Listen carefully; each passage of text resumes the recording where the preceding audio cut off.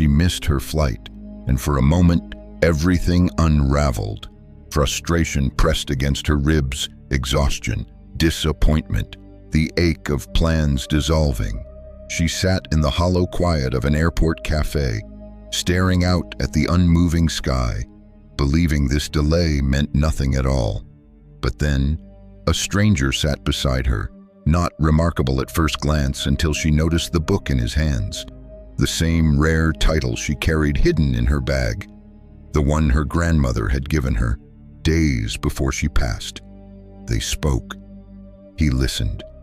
And within that unplanned collision, she received the message she had been begging the universe to send, not through meditation, not through signs carved in light, but through delay, through what she once called inconvenience. You've had moments like this, haven't you?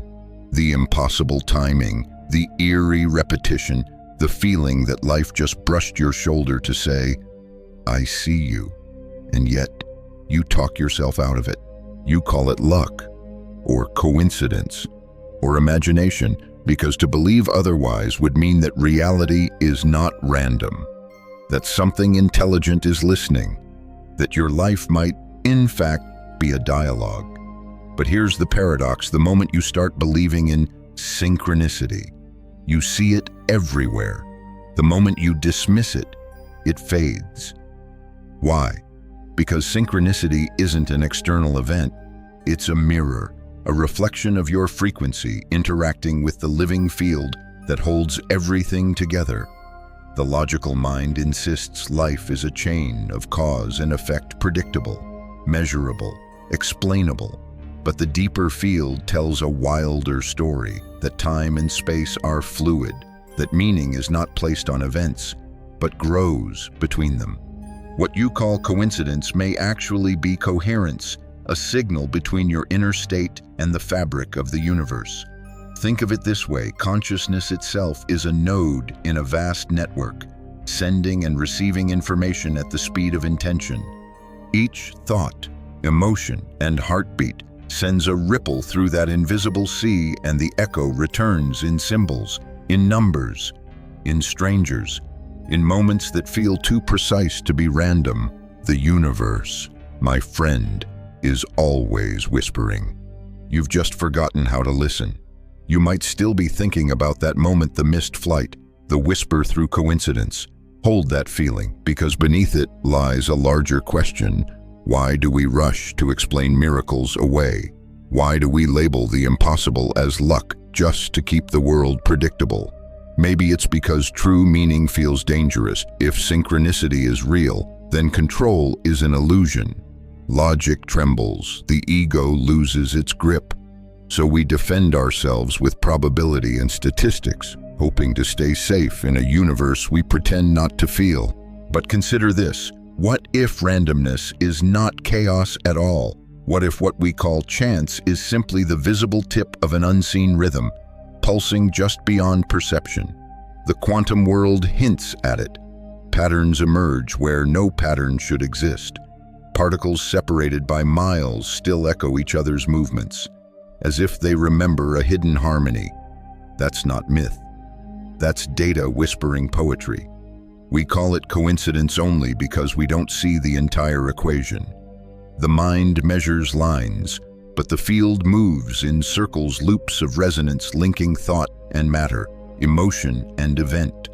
The deeper intelligence of the universe is not logical, it's musical. Every choice you make strikes a note. Every emotion becomes a tone that reverberates through the field, attracting matching chords in the external world. And so, the random encounter, the overheard phrase, the song that plays at just the right moment. These are the harmonics of your current vibration, not fate, not accident. Feedback. The world, it seems, is less a machine and more a living orchestra waiting for you to play in tune. Yet our modern training dulls the ear. We were taught to value explanation over experience, to trust data more than intuition. So when meaning arises, a perfect timing, an inner knowing, an uncanny repetition, the mind rushes to dissect it instead of receiving it. We don't realize that our need to explain the mystery is what severs the connection to it. Imagine for a moment that the field isn't testing you, it's courting you. Every synchronicity is a wink from creation, a soft nudge saying, "You're closer than you think." But if you dismiss it, the conversation ends. The rhythm recedes. The field grows silent, not because it stopped speaking, but because you stopped listening. The truth is, meaning is participatory. The universe cannot reveal coherence to a consciousness that denies its own power to perceive. Your awareness is the lens that completes the pattern. Without you, even miracles stay invisible. So the question shifts.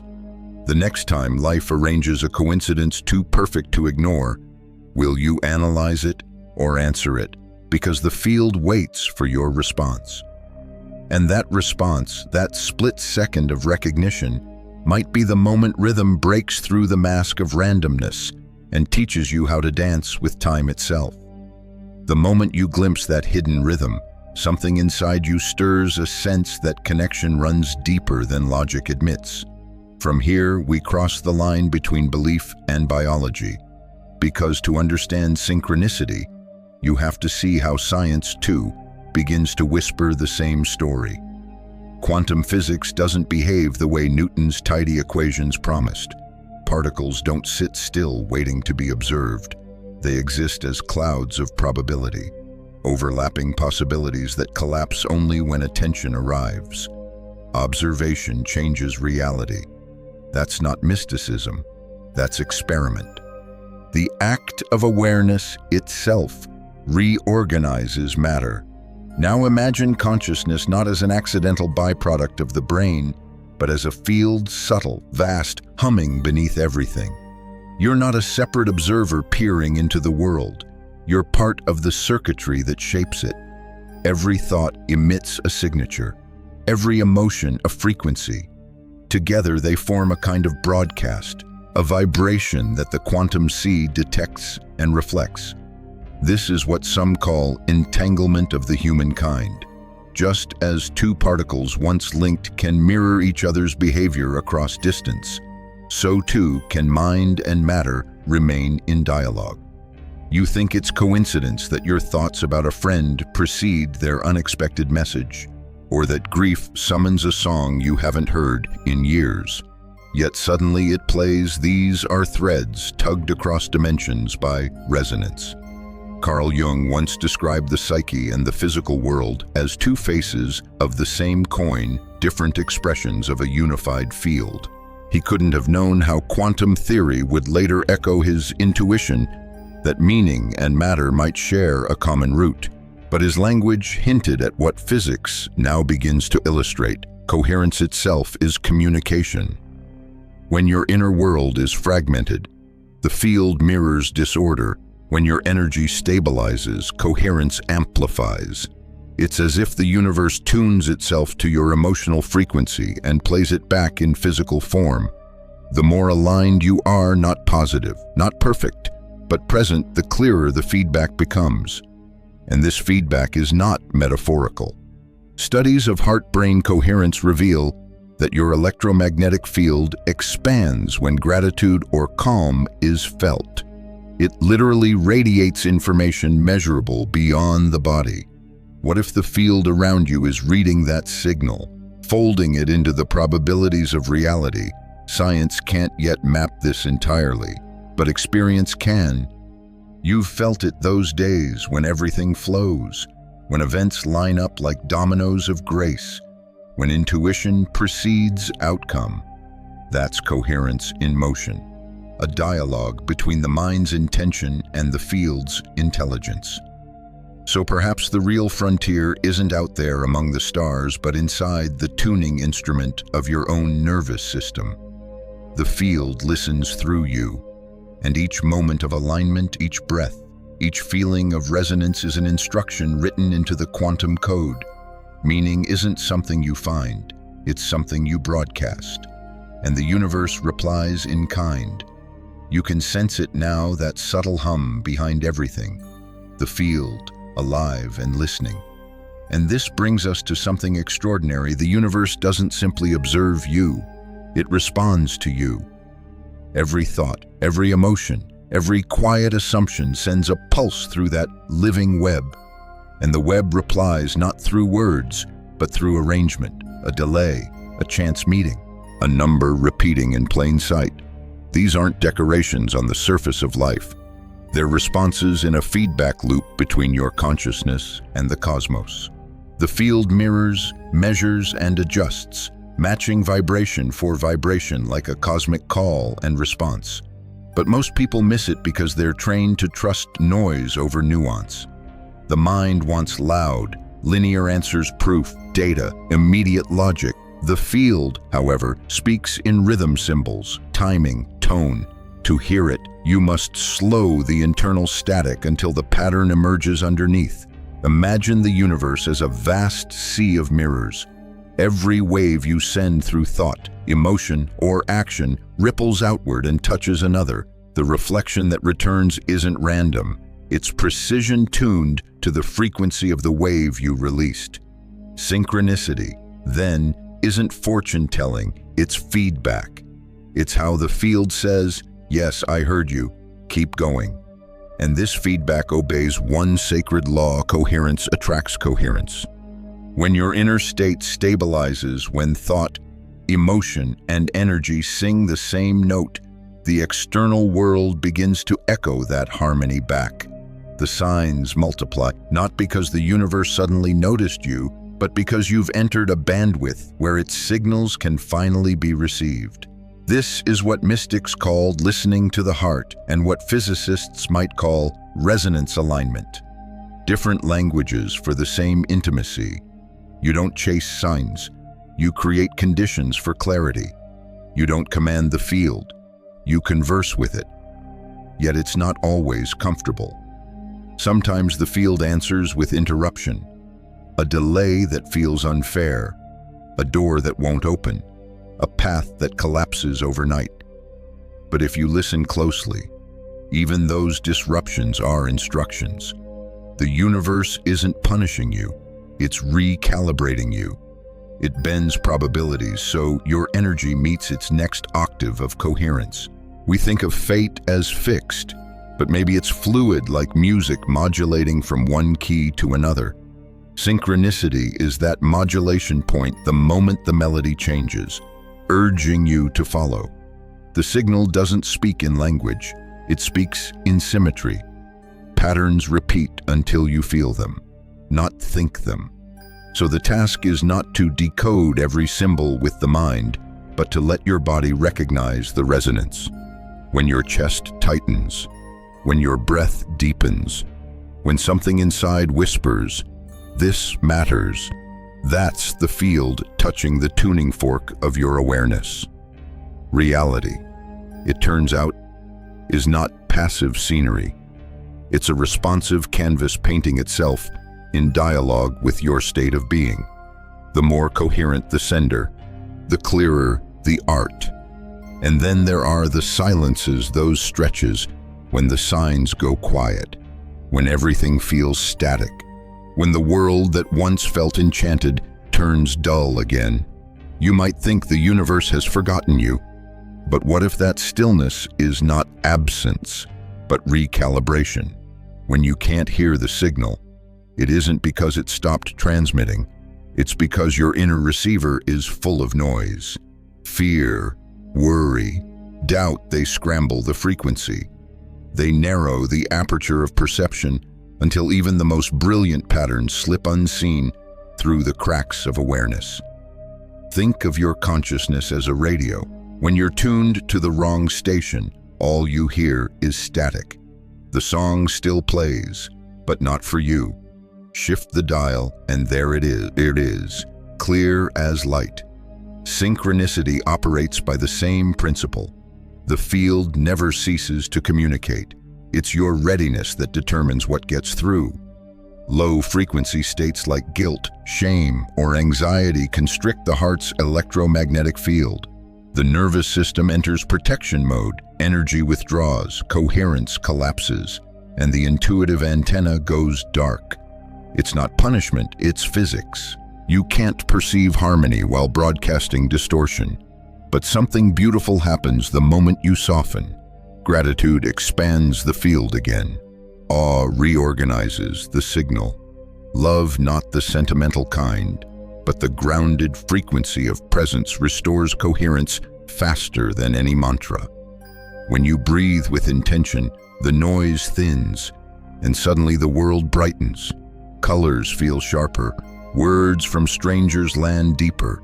Time stretches just enough for meaning to slip through. That's when synchronicity floods back in, not as reward, but as reflection of your clarity. The secret is not to force alignment, but to return to stillness, to become quiet enough inside that subtle signals can reach you again. Because the field doesn't shout, it whispers, and only a coherent mind can hear whispers. This is where the myth of positivity breaks down. You don't need to fake high vibration, you need to feel honestly. Authentic emotion, even grief, when met fully, restores integrity to your frequency. The field responds not to perfection, but to truth. So if the signs disappear, don't panic, don't chase. Instead, tend to your signal. Rest, breathe, feel without narrative. In that surrender, the static dissolves and the orchestra begins to play again. Because readiness isn't about deserving the message, it's about becoming quiet enough to receive it. And when that quiet finally comes, you'll notice synchronicity wasn't gone at all. It was waiting, patient, for you to tune back into the rhythm of reality. The pause was the pattern, the silence was the lesson. And from that stillness, the next language of the field begins to emerge, one you don't interpret with thought, but with resonance itself. From that quiet, a new kind of hearing awakens, not with the ears, but with the body. The heart becomes the translator, the skin a sensor, the breath a bridge between signal and story. Because the universe, when it finally speaks clearly, doesn't use words, it uses symbols, patterns, frequencies disguised as the ordinary. A song that follows you for days, a number sequence that stalks your attention, an image that reappears in dreams, in ads, in overheard conversations. These are not accidents, they're messages written in the shorthand of resonance. Yet most people rush to interpret them with the mind Googling meanings, seeking authority, dissecting the poetry until the mystery bleeds dry. But synchronicity isn't meant to be translated. It's meant to be felt, because each symbol speaks a personal dialect. The hawk in your path might mean freedom to one person, but responsibility to another. Numbers aren't universal prophecies, they're snapshots of your state. Repetition simply means energy has found coherence. It's the field underlining a sentence you've already written in vibration. So instead of asking, "What does this mean?" try asking, "What do I feel right now? What emotion rose in your body when that pattern appeared? Was it calm, excitement, resistance?" That's the context of the message. The field mirrors your frequency, not your intellect. And when you learn to decode through sensation rather than analysis, the dialogue deepens. You stop treating signs like puzzles and start relating to them like companions, reflections of where your energy has already gone. This shift from decoding to relating transforms your awareness. It teaches humility. Not every sign demands immediate understanding. Some arrive as seeds, germinating silently until the moment you're ready. Their purpose isn't to predict your future, but to anchor your present. Let's go deeper. The field speaks in archetypes, the shared language of symbols that bridge mind and matter. Fire for transformation, water for flow, bridges for transition. These patterns echo across cultures because they rise from the same energetic architecture of consciousness. You carry that library within you. That's why the right image at the right moment can feel electric.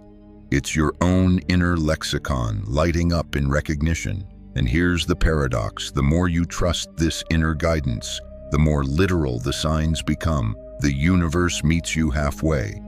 It shapes external coincidence to match your internal readiness. But if you grip too tightly, demanding meaning, testing reality, the signal collapses again. Coherence requires surrender. So the practice becomes simple: observe, feel, thank, release. Every synchronicity, no matter how small, deserves acknowledgement. A nod to the field, a whisper back, "I see you too." That's all it takes to strengthen the dialogue, because what you acknowledge amplifies, and what you overanalyze dissolves. In time, this language becomes second nature, a living conversation that doesn't just describe your path, but creates it. You realize the signs never led you, they responded to you. You were both speaker and listener all along.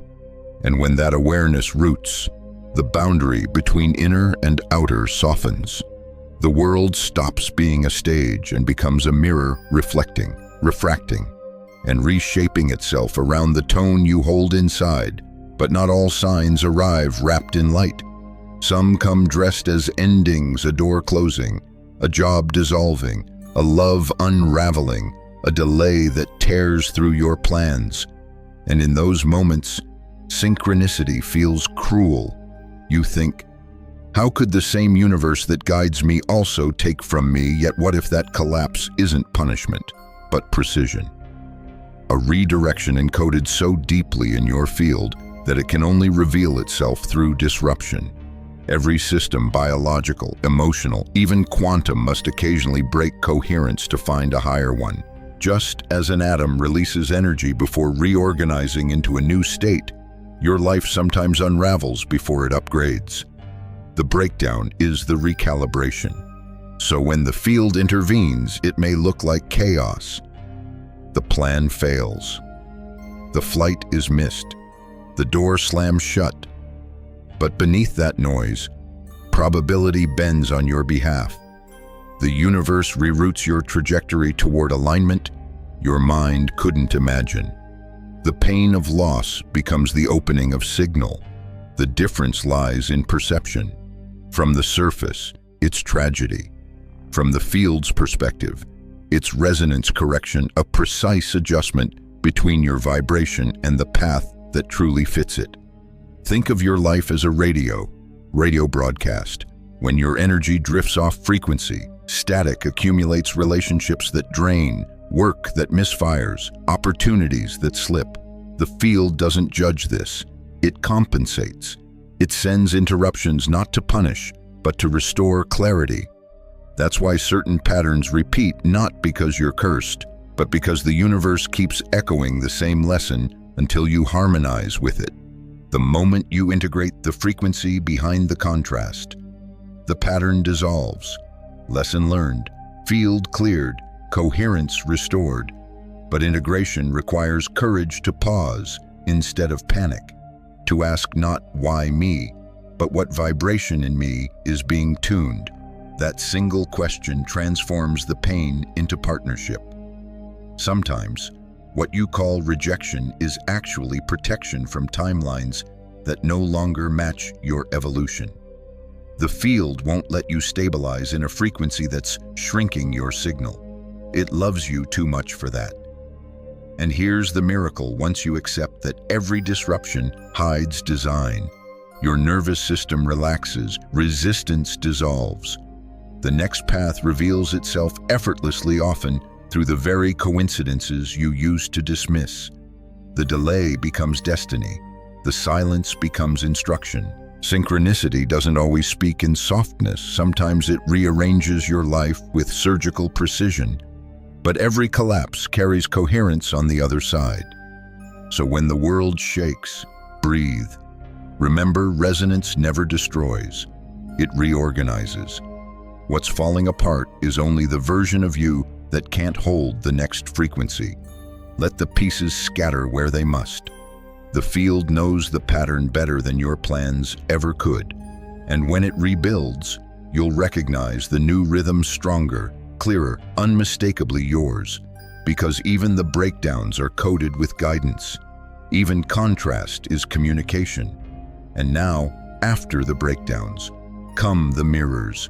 The field doesn't just test you, it teaches through reflection. To see that clearly, let's step into the lives of those who unknowingly tuned into the universal rhythm and watched it rearrange everything. The first story begins with fatigue, months of rejection. A woman scrolled through job listings until her will blurred into the screen. Every no felt heavier, every silence more final. She was ready to give up until the numbers began. 11:11, flashing on receipts, clocks, dashboards. At first, she rolled her eyes. Just coincidence, she thought. But it persisted, whispering through daily noise until curiosity overcame cynicism. That night, she stopped searching and started listening. She asked quietly, not for a job, but for alignment. The next morning, an old colleague messaged out of nowhere, "We've created a position. I thought of you." She didn't manifest the job by chasing. She tuned herself back into resonance, and the field echoed her coherence with precision timing. The sign didn't predict the outcome, it prepared her for it. The second story starts with heartbreak. He wasn't looking for love, only closure. But one night, a dream arrived, a woman on a bridge beneath a blue umbrella, smiling but silent. Days later, rain forced him off his usual route through the park. He looked up and there she was. Same bridge, same umbrella, the same quiet recognition. They spoke, and what followed wasn't fantasy, it was familiarity. The dream had been a preview from the field. A vibration crystallized into form once his heart opened enough to receive it. The third story carries a heavier note. She was lost in depression, unseen by those around her. One night, she asked the universe for a sign, any sign that she wasn't invisible. The number 444 began to stalk her life, on phone screens, bus stops, random walls. It felt absurd until she searched its meaning. You are supported, even when you feel alone. In that moment, something shifted. She told a friend what she'd been hiding. That conversation saved her life. Different stories. One structure, surrender, signal, synchronicity. Each began with an inner pivot, an emotional frequency changing shape, and the universe responded through perfect external reflection. The pattern repeats because the principle is universal coherence communicates. But here's the nuance that most miss: none of these people forced their outcomes. They listened their way there. They let resonance lead. Synchronicity didn't reward effort, it revealed readiness. This is the field's secret generosity. It doesn't discriminate, it resonates. It doesn't ask for perfection, only presence. When your emotion, desire, and attention align, the world arranges itself accordingly. That's why these stories feel familiar, even if they aren't yours. Your energy recognizes their architecture. You've felt it the way certain coincidences vibrate differently, the way truth hums under the surface of chance. Synchronicity doesn't belong to the chosen few. It belongs to anyone willing to quiet the static long enough to hear the song that's been playing all along. So if life seems random, look again. The pattern never stopped pulsing. You're simply beginning to see its outline. And that outline, it's shaped like you. When you realize that even other people's miracles follow the same laws, something inside you steadies. You begin to understand that synchronicity isn't magic. It's communication, not prophecy, but partnership and coherence. You now see is the translator. Every heartbeat, every thought, every emotion broadcasts a frequency into the quantum sea. The clearer that signal, the more precise the universe's reply. That's why the signs don't arrive to surprise you. They arrive to confirm that the signal has stabilized. They are the proof of resonance achieved. You've probably felt it before, the moment clarity replaces confusion, and suddenly life starts answering faster. Opportunities cluster, messages align, and the path lights up one step at a time. It's not because you suddenly became lucky, it's because your field stopped contradicting itself. Imagine your consciousness as a prism. When fractured by doubt or fear, it scatters light into chaos. But when focused through coherence, when thought, emotion, and action agree, the beam becomes unified, cutting cleanly through probability. That's when synchronicity becomes constant, almost effortless. The HeartMath Institute's research offers a hint of this mechanism. When your heart and brain rhythms synchronize, your electromagnetic field expands in measurable strength and order. That coherence isn't just internal stability, it's a language the field understands. Gratitude, love, calm, genuine joy. These aren't moods. They're frequencies that program the probability matrix around you. But this doesn't mean you must be endlessly serene. Coherence isn't the absence of turbulence, it's the ability to return to stillness quickly. It's the art of emotional self-tuning. When fear arises, you feel it, breathe through it, and re-harmonize before it distorts your signal. The field doesn't demand perfection, only participation. So here's the practice. Begin each day as if you are a living transmitter. Regulate your breath. Anchor your awareness in the heart, not the head. Then choose the emotional quality you want the field to mirror. If you radiate presence, the day rearranges around presence. If you emit gratitude, the field amplifies it. Synchronicity doesn't happen to you. It happens through you. The universe isn't sending tests, it's returning echoes. Every pattern you meet outside is an energetic correspondence, a mirror showing you your own signal strength. This is why trying to force signs never works. You can't trick the field. It reflects coherence, not craving. The moment you relax into authenticity, when you no longer beg the universe to prove itself, that's when proof floods in. And the pattern is always generous, because coherence is contagious. One centered being radiates stability into every system they touch. When you stand in resonance, you become a tuning fork for the collective field. Others feel it before they understand it. So the question isn't, how do I make synchronicities happen?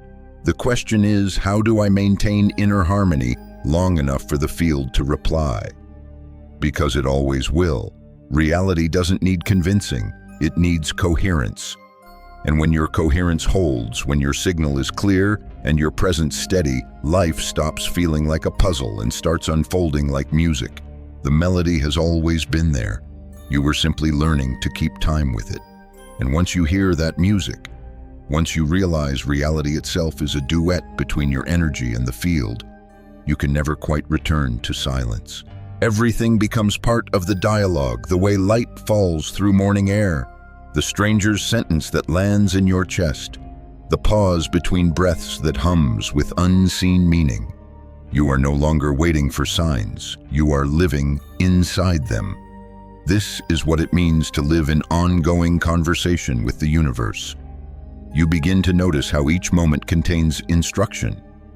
Synchronicity no longer arrives as interruption, but as rhythm.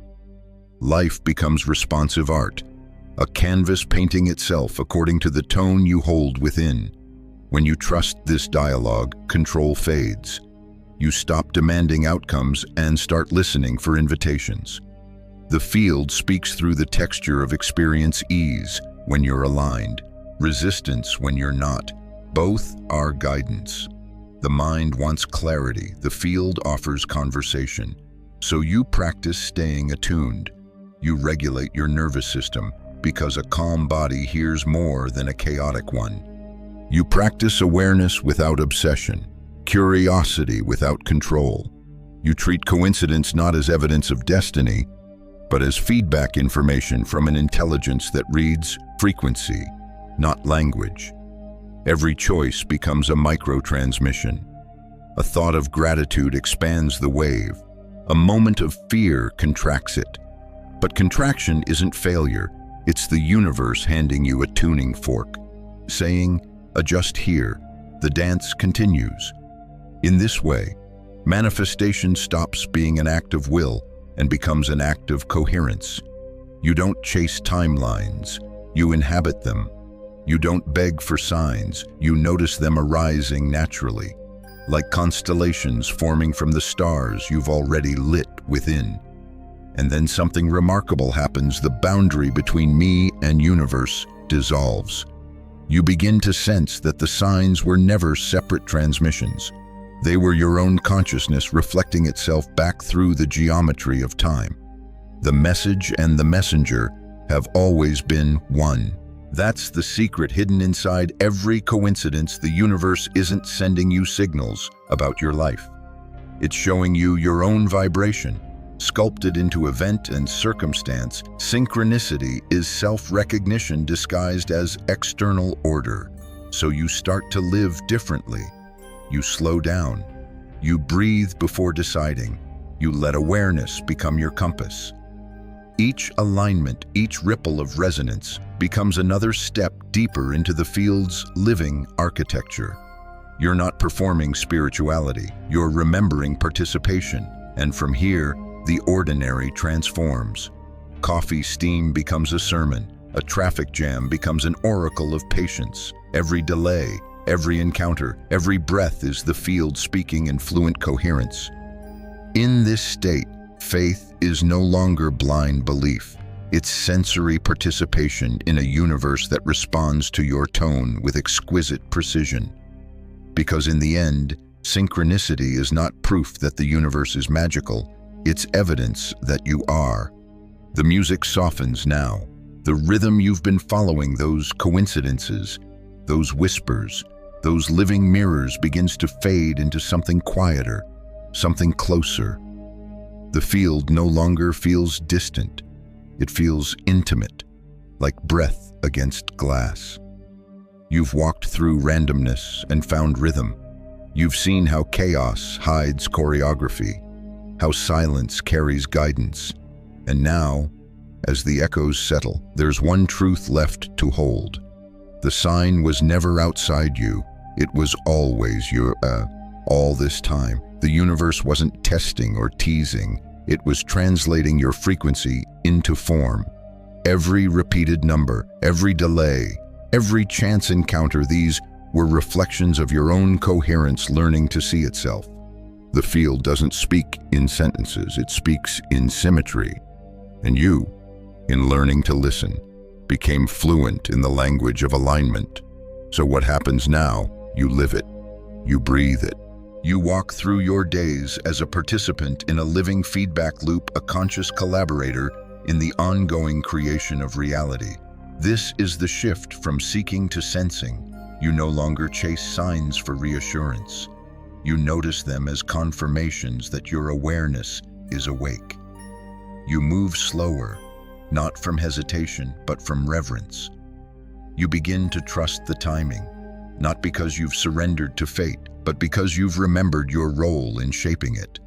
If ever you lose that rhythm, and you will come back to the simplest practice, close your eyes, hand on heart, breathe until the noise fades. Ask quietly, what frequency am I emitting right now? The answer will not come in words. It will arrive as a feeling, a loosening in the chest, a pull in the gut, a subtle yes in the body. That's the field responding, reminding you that connection was never broken. And in that reminder, you remember everything. You are not behind. You are not waiting. You are precisely on time, part of an unfolding that began long before you noticed it. Synchronicity was never a trick of fate. It's the choreography of consciousness. And now, you're not just watching the dance, you're leading it, one vibration at a time. So listen for the next whisper. It's already forming in the field, carrying your name in its rhythm, because the universe doesn't speak to you, it speaks through you. And tonight, it's still listening.